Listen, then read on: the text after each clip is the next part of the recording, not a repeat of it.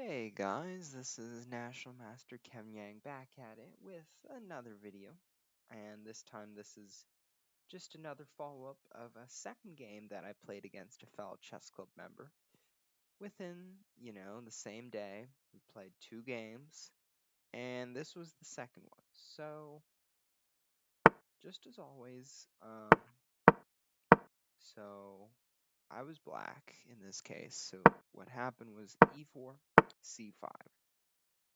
Pretty sure if you do study chess, you know that this is called the Sicilian defense, right? And for those of you who don't, it's called the Sicilian because there was probably a guy whose name had Sicilian in it, and he thought this move was great, and or maybe she, but I don't know. But I would say that all these openings have some sort of name behind it. So let's say the Vienna will have somebody who is named Vienna. For example, the Morozevich system had a guy named Alexander Marutsevich or Morotsevich.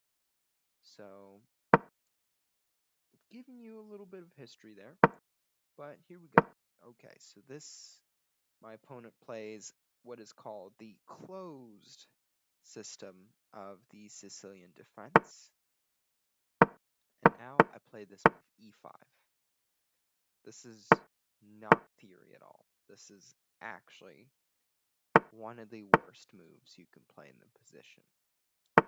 And the reason why it's bad, but I wanted to give my opponent a chance to really find out for himself why it is bad on my part, is that by making this move, I give away this square, right?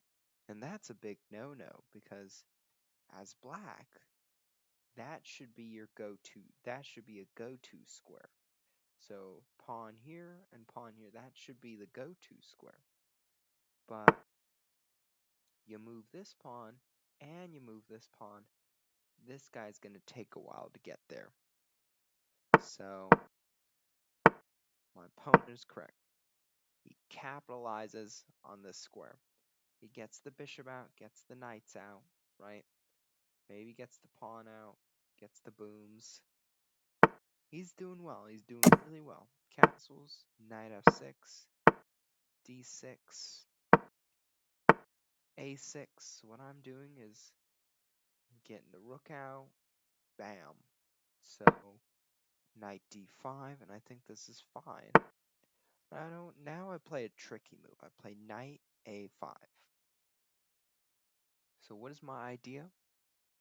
My idea is, let's say, white plays a move like a4. Knight takes c4, d takes c4, and I wanted to play knight takes e4.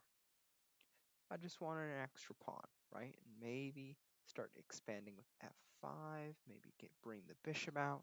So there are multiple, I guess, good things about getting an extra pawn.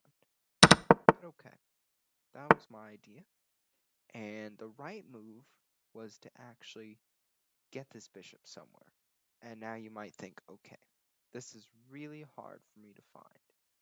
So if I want to move this guy, right, you want this guy to leave. Or if you play here, right, I'm still probably going to take you. So you don't want to think that. So first thing you think is, how can I get this guy to leave? Because you know this guy's doomed. You want to get him to leave. So the answer is knight takes, bishop takes, and you seal the fate of this square. Then this knight looks awkward. He looks like a dead pony. And as they say, knights on the rim are dim. So this guy, he's looking bad. He's looking terrible. He's looking like he never got a bath. So, yeah. Okay. So, knight a5 happened. But my opponent didn't see it. So I took, bam, takes back, I got the pawn. I was cruising. I was happy at this point. I loved it. Queen e2, good move. I like it. Connects the rooks, gets the queen out. So I played castles. Rook d1, perfect. Pretty good move. I like it. And the reason behind this move, put pressure on these guys, right? When you see these guys in the same row, you just want to hammer them down. So I think this is a good move. I think good intentions are coming. Knight takes, knight f6. Let's say like rook a7. Let's say something stupid was played. Then you could think about maybe this, right? Takes. Then you could think about something like this. That the queen is given away, but, you know, but black has so many pieces for it. So it might not be worth it just yet. But you should think about something like that. Like bam. Let's say like knight d2, right? You want to get rid of this knight. Bam. And then you go bam, bam, bam. And now your plan's pretty straightforward. Or no. You go queen takes d2. Oh my god. Rook d8, and you blast it through.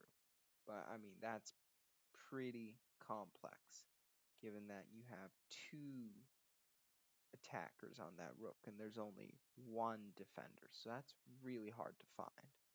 But okay, let's get back to the game.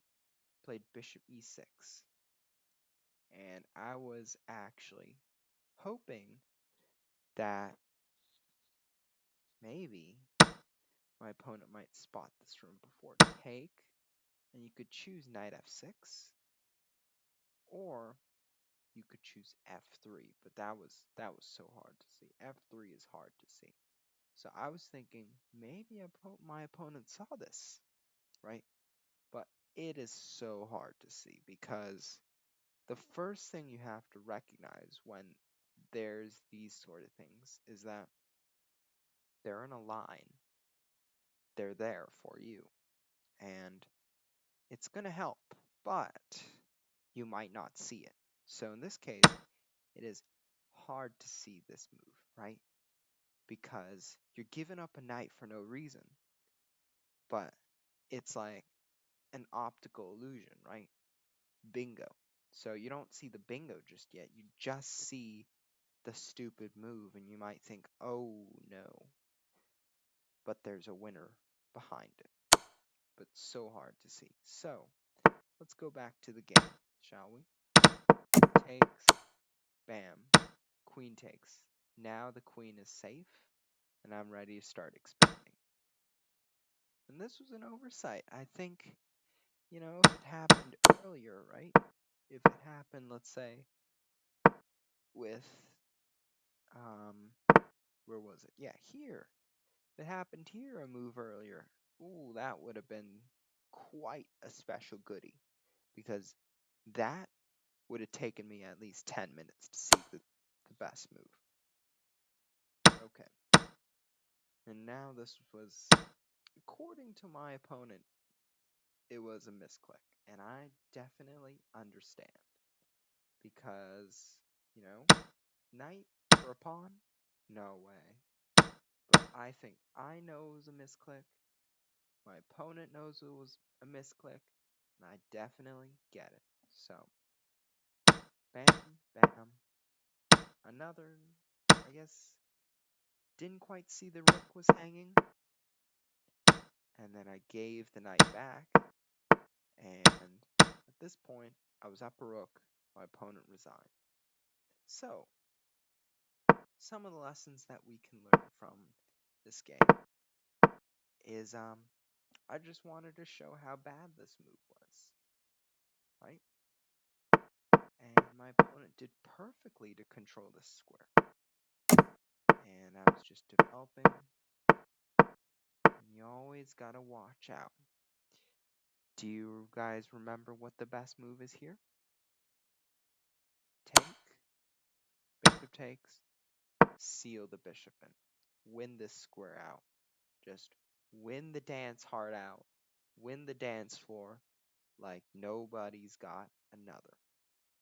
So just win it out. But instead what happened? I got a pawn. Got a really happy pawn. And then I was coming. And this is a good setup. But looking for the follow through, looking for the, if you want to do the move, that's the hard part. That's the hard part. And I think this was way too hard at my opponent's level to spot. Because, you don't see these things until you're pretty much really good at the board, until you've seen it all.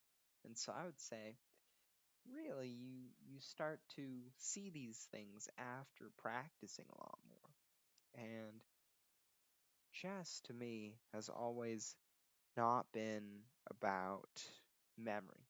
It's never been about memory for me. I have terrible memory, but I'm the kind of guy who will sit at a board and will have fun because I'm sitting at a board. I'm going to sit there for long, I'm going to look at it, and I'm going to be like, ooh, I see these things, right? So, more you look at the board, you find things. That's how I discover things. So, you could think about it on an online board.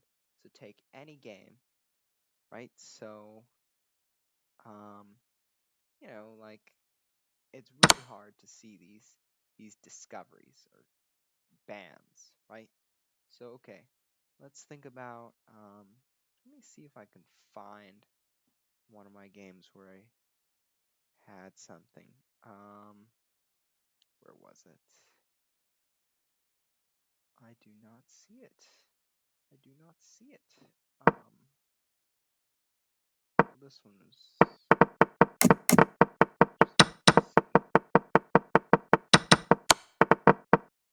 Yeah. One.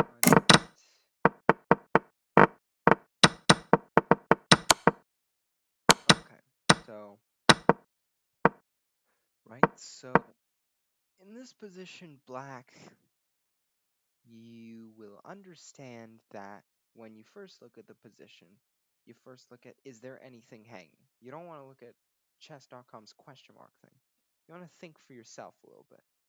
So you want to think, what is hanging? So my black pawn is hanging.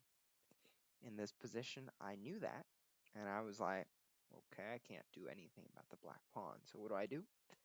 I go in. And you might have not seen this right away, but I went a little tricky. And this is not the best move, but I wanted to see how my opponent would react, right? King g2, knight takes f2.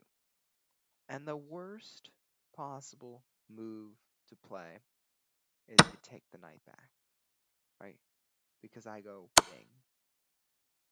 Binger, bonger, boom, shakalaka. So, from, okay, let's see it. From this point, I had recognized that take, and this was my key to winning, right? So you don't see that if you're a beginner, or you don't see that if you've seen so little of the board, right? So I recognize these things instantly. And I'm just a normal person, right? I'm not talented at all. Some people say chess people are much smarter than the rest of the population. That's not true. I'm not a smart person. I'm just the kind of turtle who will sit there, who will see things, but it'll take me a long time to think, oh, that's the move, right? I'm not a genius, I'm just a normal person. But because I've seen the board so many times, I recognize that, okay, I want to get this check in, right? But it's defended by this guy. So I first remove him, and then we go in for it. So Binger, Bonger, bang, right? I'm not gonna take the rook. I want the big bait, right? So it's hard to see. But the correct move here is this is really hard move to find, but you take here, right? You threaten my queen, and that's the best move.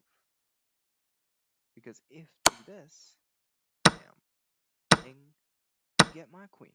And I only have 2 rooks and a knight. But you have 3 pieces and 2 rooks. So you'd be up. But this is a completely hard thing to say. And I just want to say that if you're studying chess, no matter your intelligence, if you look at the board hard enough, if you're patient to sit down and have fun, if you want to do it, follow your dreams. You can do it. Anyone can do it. And I think that's the takeaway. Just look at the board more. So I hope you learned something, and thank you.